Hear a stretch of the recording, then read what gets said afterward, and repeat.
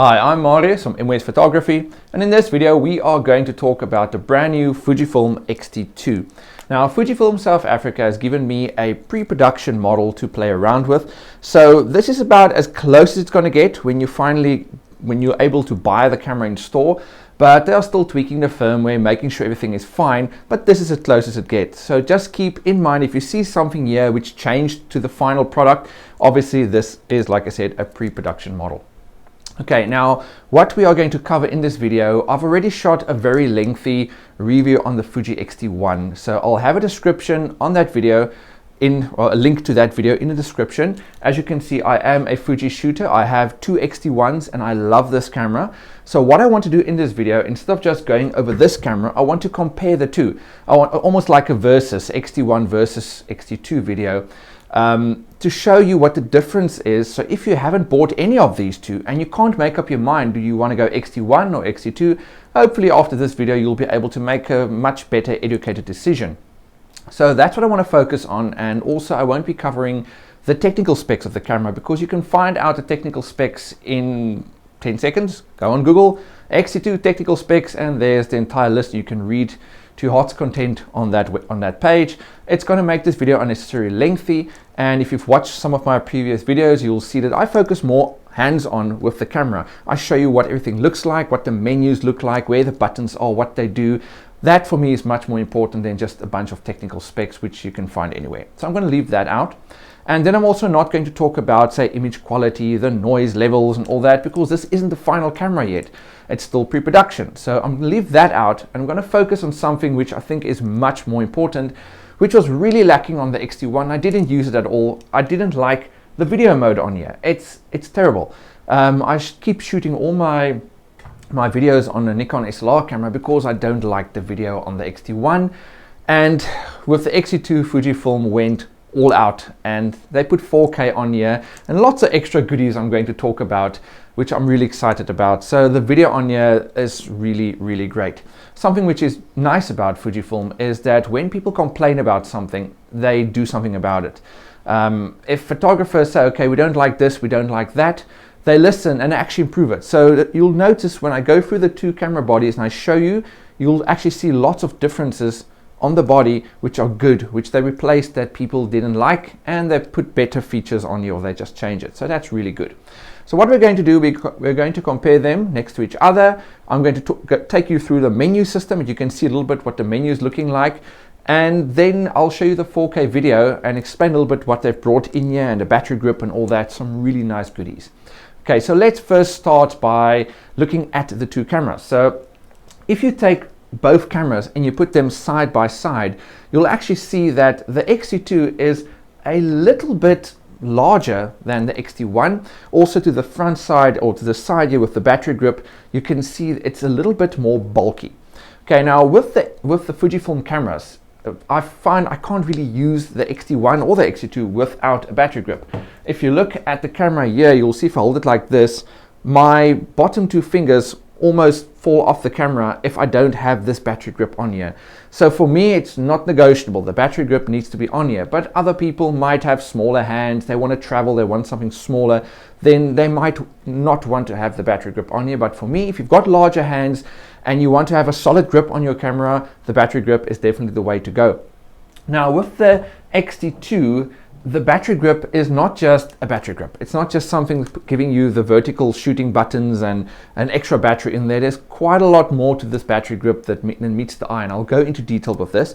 But they've made the battery grip much larger. You'll see if I take it off, it's got this section right here that the camera actually goes into that corner. So it is much larger. Now, when I look at the build quality of both cameras is really excellent. I mentioned it in the X-T1 review. I talked about the X-T1, that the build quality of the camera just feels so solid. When you hold this in your hand, it's really solid. You can feel all the buttons. The entire construction of this camera is really nice and solid. It's weather sealed. It's great. Okay, but it does add some extra weight in there. All the little things they improved, they made it stronger and thicker, does add some weight. So if weight for you is a very important factor, like maybe you're traveling, you want the smallest things possible, this camera does bring a little bit more weight to the table when it comes to this body.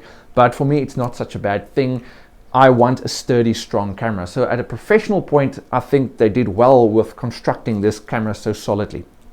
Okay, now when we look at the rear side or the back side of the camera, they also have changed quite a lot that they've improved, but they also kept it very similar. Now for me that is really important.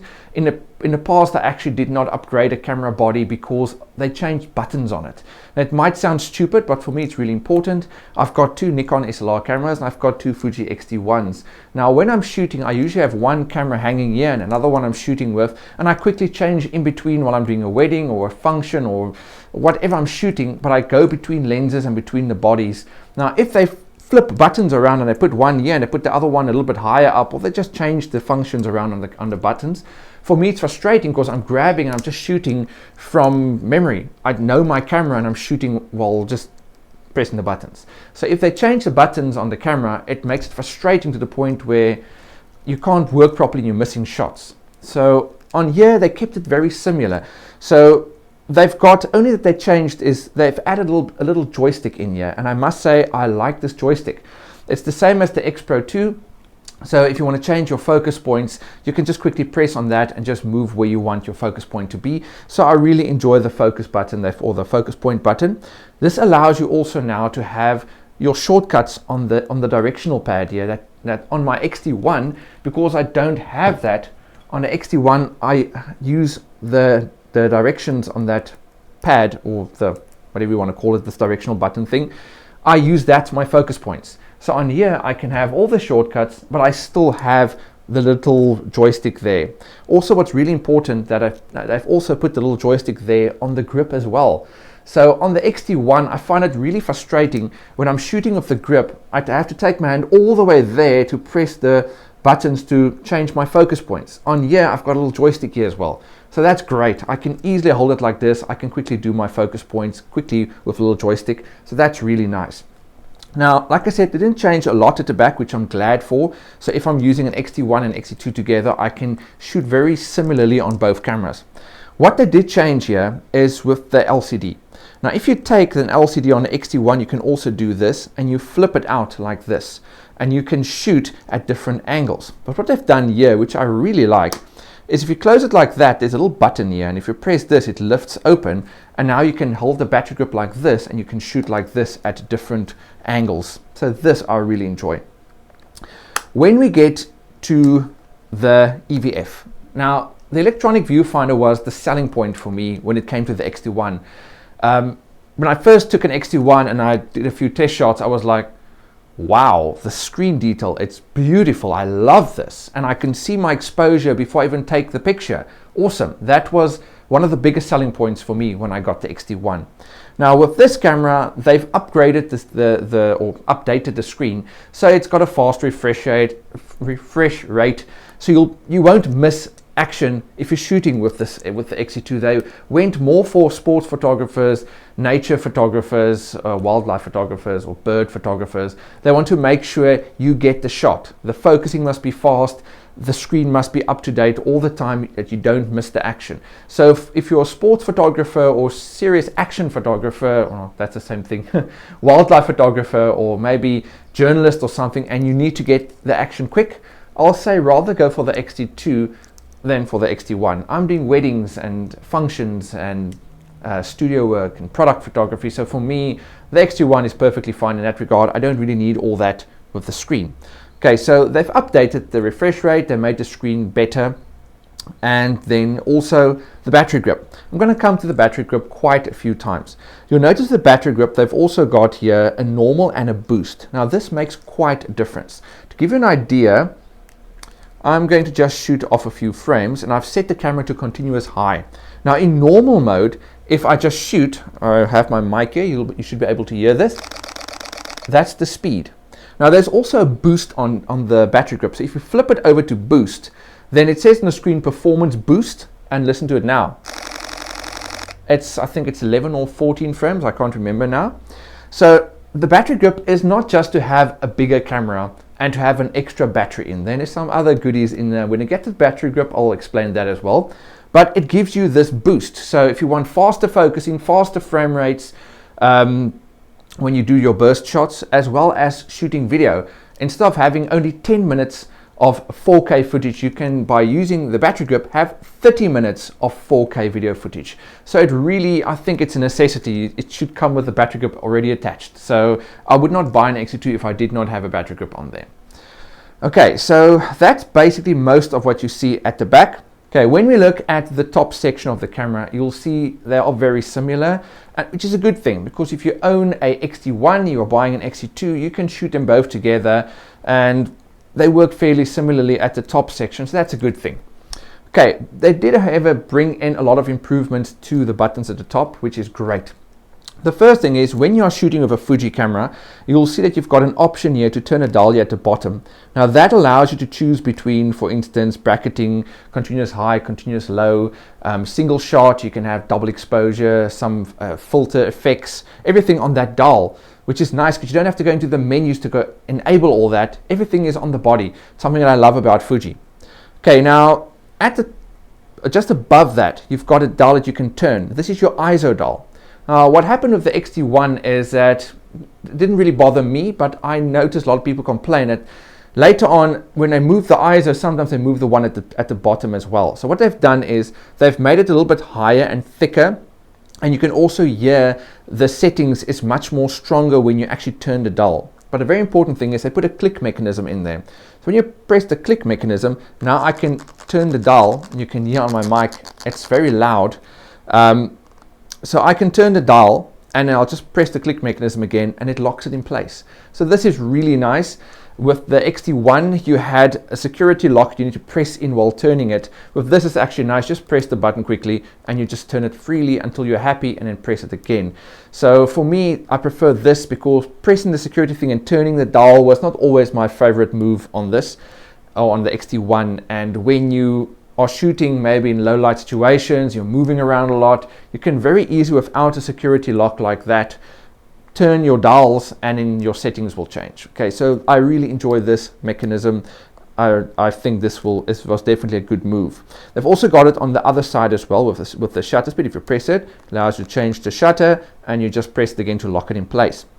What I've also changed with the shutter speed is the maximum went up from 4,000 to 8,000 of a second, and the flash sync speed went up from 1/80th to 2/50th.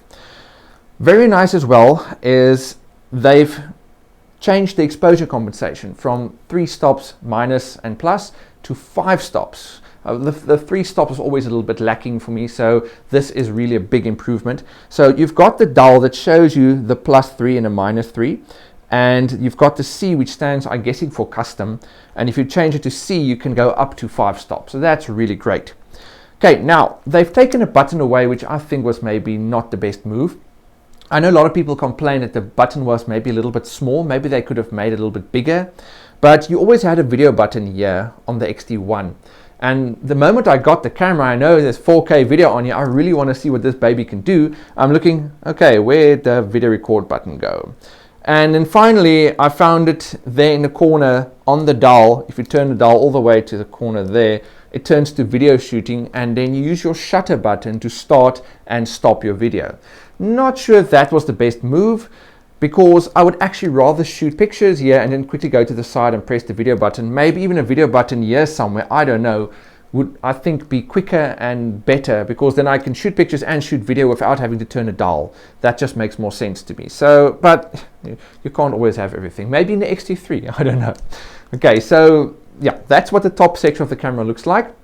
When you get to the side, a very, very big improvement for me is the door for the memory cards. When you look at the X-T1, the door was always a little bit finicky. So when you sometimes just bump against it, it would pop open like that. And it didn't always feel like the strongest door. So I was always very careful with this. And then you also had only 1 card slot on there. So with the X-T2, you've got a little button you need to press in to open the door, and then you get access to your cards. And then you've also got dual card slots. And that is awesome, because I love to use it on my Nikon SLR. Then I can maybe shoot RAWs on the one card, JPEGs on the other card, or maybe you say, okay, back up the cards. You've got 2 cards in there, which is the same size, just backs up all your photos for you. Or you can maybe have photos on the one card, video on the other card. So there's a lot of flexibility by having 2 card slots. So definitely big plus move there for Fuji. And then when you get to the other side, you've also got a door here, and this has your microphone port, your USB, your HDMI, as well as the remote for your shutter release. Then below that, really important one they've got here. So if it's on the grip, and like I said, the grip is basically a necessity. I don't think you can go without it, especially if you buy this camera. It's got a little flap here. If you open the flap up, it's got a 9-volt DC, I think it's a DC, yes, DC 9-volt socket. You can plug in a power supply. Nice thing is you can charge the batteries in the grip. You can basically charge the entire camera just from this. And I've also heard that you can use it for USB charging. Not sure how that's going to work. I don't really have, I think I've got a charger here. I basically used my X-T1 charger to charge the batteries, so I didn't even take the charger out of the bag. Okay, so it's got a 9-volt fitting there, but next to it, really important, it's got a headphone socket. That's crucial for shooting video, so you can monitor your sound levels. So I'm really glad to see Fuji has stepped up the game for shooting video, because that for me was what the X-T1 was really lacking, was proper video. Now, I'm not a full-on video photographer or videographer. I just shoot video for, I've got little projects here and there. I shoot video for my YouTube channel and stuff like that. But it's a good thing to have proper audio. So I've got a lapel mic here, and here in my pocket, I've got an audio recorder, so I at least have decent audio. So with this, if you're shooting maybe an interview for someone or whatever project you're shooting, you can have headphones and monitor your audio as well. Okay, then, like I said, I am coming back to the grip because I love the battery grip. If you open up the bottom of the battery grip here to take your batteries out, you will see that you now have 2 batteries in here. So this is great. Something that I don't like with a lot of cameras is that sometimes you have one in the body, which you still have. You've got now three batteries in the body. You've got one in here plus the 2 in here. A lot of the times, like for instance the X-T1, you've only got one battery in the bottom. So I sometimes find myself not changing the one in here, and I've only got one in the battery grip. So I would actually like to have 2 batteries in the grip like this with all the cameras I ever buy, but again, you can't have everything. So it's a good thing that I've got 2 batteries in here that I really enjoy. Okay, so like I said, the battery grip adds performance. I showed the button, the boost, allows the frame rate for shooting in burst mode to increase quite drastically. With the battery grip, you also have enhanced video support. I'm not sure if I mentioned this in the video yet, but you can shoot, instead of 10 minutes of 4K video, you can shoot 30 minutes of 4K video, because it really chows batteries, it heats up the camera, and what they've done is they've improved the heating while shooting in 4K so that you can actually go much longer. So big plus move for Fuji with the battery grip. I really like the battery grip. Okay, now I'm going to show you what the menu looks like on the back of the screen. Now, I've already done a very lengthy video on the X-T1 where I went through all the menu settings on the camera. The link will be in the description for that review video, so you can watch that if you want to. But on here, I'm only going to cover the things which they've brought into the camera, which I think are worth mentioning. And then we can have a little further look at the 4K video shooting. When you look at the menu system of the X-T2, you will notice it's quite different from the X-T1. I will scroll through all the menus so you can see what they look like, but I'm only going to stop on the few that I find very important. The first one is the film simulation mode. So I love to shoot straight JPEGs with the film simulation modes to give me nice punchy colors direct to my JPEGs. Now, they've got all the normal film simulations, but they've also got the new Acros, and it really delivers nice punchy black and whites, as you can see of a few samples that I took. Okay, so the film simulations are great. I'm going to go to the next screen. Nothing really I want to stop for here. Okay, here with the autofocus. If you are someone who are doing lots of sport photography, wildlife, lots of fast-paced action, the X-T2 is definitely the one to go for. It was a little bit lacking on the X-T1, but if you go on this option, you'll see they've created a bunch of scenarios that will assist you in making sure that your autofocus is on par. So for instance, here you can tell the camera to ignore any obstacles as you basically follow, say, this cheetah. So as you basically pan and follow the cheetah, it'll stay on the cheetah and ignore anything else. So they've got different options here, as well as a custom one where you can fine-tune the specific settings for the autofocus. So this is really nice. Okay, then The wireless communication, same as with the X-T1, works great. I can immediately turn on my phone and send a few of the pictures through to my phone. I love to do it on a wedding so that I can actually send people 10 or 20 of the best shots of the day directly to their phone on the wedding while the speeches are going on. And it does create quite a nice impression with the couple if they get their pictures directly there, and I see them sending it all around. It's nice. Okay, so with the flash settings, I'm already seeing some stuff like the LED light that's on the flash. I've already got the new Fuji flash. I will do a review on that as well, but I can see the stuff popping up here that will work with that flash, like the LED light they've got on there. Now the all-important movie settings. You can see here they've got 4K all the way to 30 frames a second, Full HD to 60 frames a second, and then also 720 at 60 frames a second, being the fastest obviously. Then, really important, you'll see a 4K movie output that you can either have to the card or to an HDMI cable. I will talk about that in a few seconds again, but it's important you notice that you've got an option there to choose from. And on the next screen is the normal user settings, your sound, your screen, your shortcuts, what the buttons and dials do and everything. So that's the last of the screens here. On the X-T2, Fujifilm is really serious when it comes to shooting video. You can shoot 4K video footage, but still use your film simulation modes. So you can maybe shoot a landscape and use Fuji Velvia to get all those vibrant colors, or shoot maybe a short film or a documentary, something in black and white. Then you can use the Acros film simulation mode and shoot it directly in 4K. So what I'm going to do is, it doesn't really help to take the footage and bring it into this video because this video is only in full HD. I'm going to shoot some 4K video footage, which I will be uploading to my YouTube account, and then later on I'll bring those links into the review video as well, so that people can go look at the video. But then also, I know YouTube compresses the video, so I want you to be able to see exactly what the camera is giving me. So I will upload the videos and supply links to those as well, so you can actually download the original video coming off the camera, so you can see for yourself as to the quality of the 4K video footage. Okay, so if you're someone who wants to shoot video, but you don't really have the knowledge of color grading and doing all the video work, like I'm also more of a photographer than a videographer, so for me that's also a lot of extra work I don't really want to take on. So if you are like I am, then I would rather shoot the video directly on the film simulations and then saved on the card, and then you can use it in Premiere and do all your editing and so on. But if you are a more serious videographer and you want to be able to still manipulate the color, you want more a flat video, then you can plug in the HDMI cable, and just like I showed you on the menu just now, you can go on the menu, instead of saving it directly on the card, you send the signal straight through the HDMI cable into an external recorder, and it's called an F-log. Not exactly sure how that's going to work, but it allows you to manipulate the video footage like a raw file. So if you're shooting a photo, you can go with the raw file and you can still do all your white balance, all your color, highlights, shadows, all that information is there for you to use. Now with the F-log, you basically have that all on an external recorder, which allows you to be able to do all the post-processing. Like I said, don't know how that works, but it's there.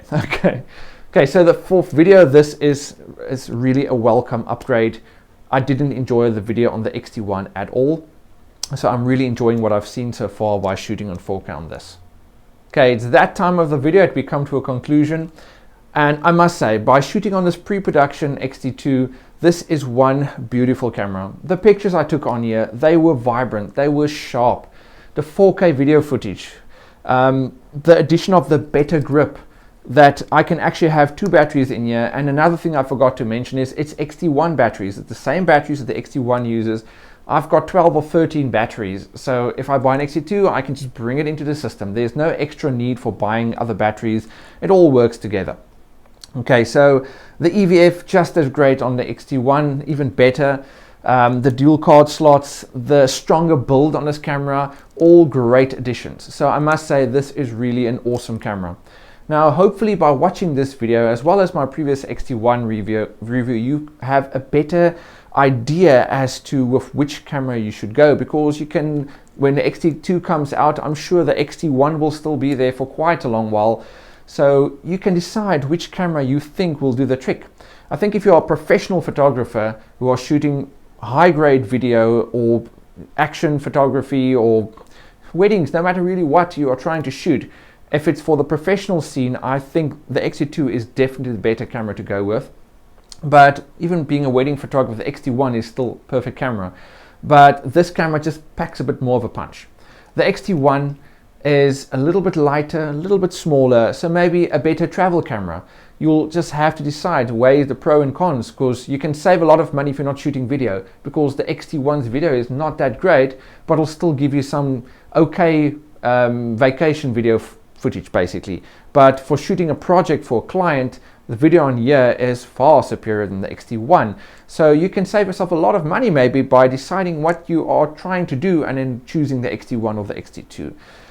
But both excellent cameras.